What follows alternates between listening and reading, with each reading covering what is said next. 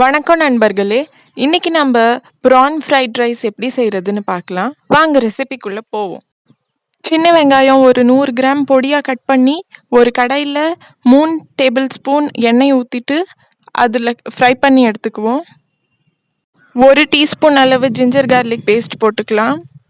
விதையை நீக்கி பொடியாக நறுக்கின ஒரு 4 பச்சை மிளகாய் எடுத்துக்குவோம். ஒரு 100 கிராம் கேபேஜ் எடுத்துக்குவோம். இது எல்லாமே கொஞ்சம் நல்லா சாஃப்டாகிற வரைக்கும் நல்லா வதக்கிட்டே வருவோம். ஒரு 200 கிராம்ஸ் பீன்ஸ் நல்லா கட் பண்ணி எடுத்து வச்சுக்குவோம். எனக்கு பீன்ஸ் ரொம்ப பிடிக்கும், அதனால கொஞ்சம் நிறைய சேர்த்துக்கிறேன். கேரட் ஒரு 100 கிராம் கொஞ்சம் நல்லா ரஃப்பாக கட் பண்ணி எடுத்துக்கலாம். எல்லாமே சாஃப்டாகிற வரைக்கும் கொஞ்சம் சிம்மில் வச்சு நல்லா வதக்குவோம். வீட்டில் விளைஞ்ச சாம்பார் வெங்காயமோட லீவ்ஸ் நான் சேர்த்துக்கிறேன். வீட்டில் விளைஞ்ச சாம்பார் வெங்காயம் தான் நான் இந்த கடையில் இப்போது ஃப்ரை பண்ணி போட்டது.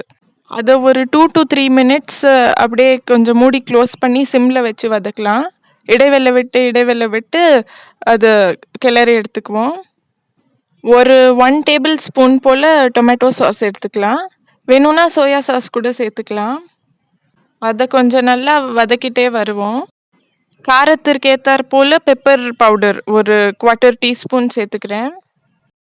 நம்ம எடுத்துக்கின எல்லா வெஜ்ஜீஸும் இப்படி நல்லா சாஃப்டாகி வரப்போ ஒரு 2லேருந்து 3 முட்டை உடைச்சி ஊற்றிக்கலாம். முட்டை ஆப்ஷனல் தான், உங்களுக்கு வேணான்னா ஸ்கிப் பண்ணிக்கோங்க. ஒரு 2 to 3 மினிட்ஸ் நல்லா மூடியை க்ளோஸ் பண்ணி சிம்மில் வைப்போம்.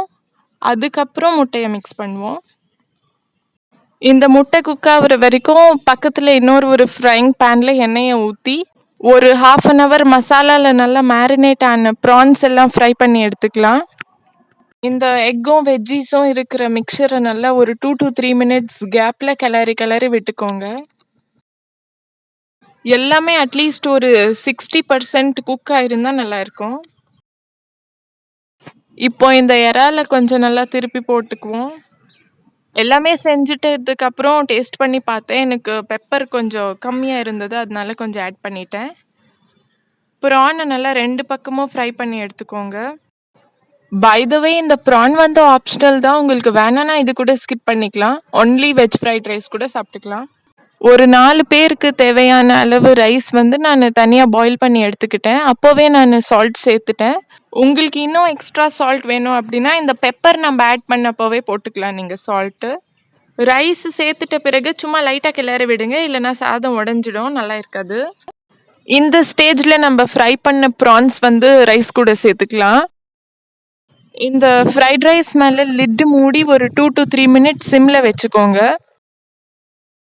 அவ்வளோதான், நம்மளோட ஈஸியான PRAN fried rice ready. Recipe பிடிச்சிருந்தா மறக்காமல் லைக் பண்ணுங்கள், ஷேர் பண்ணுங்கள், சப்ஸ்கிரைப் பண்ணுங்கள், பெல் ஐக்கனையும் கிளிக் பண்ணிக்கோங்க. நன்றி.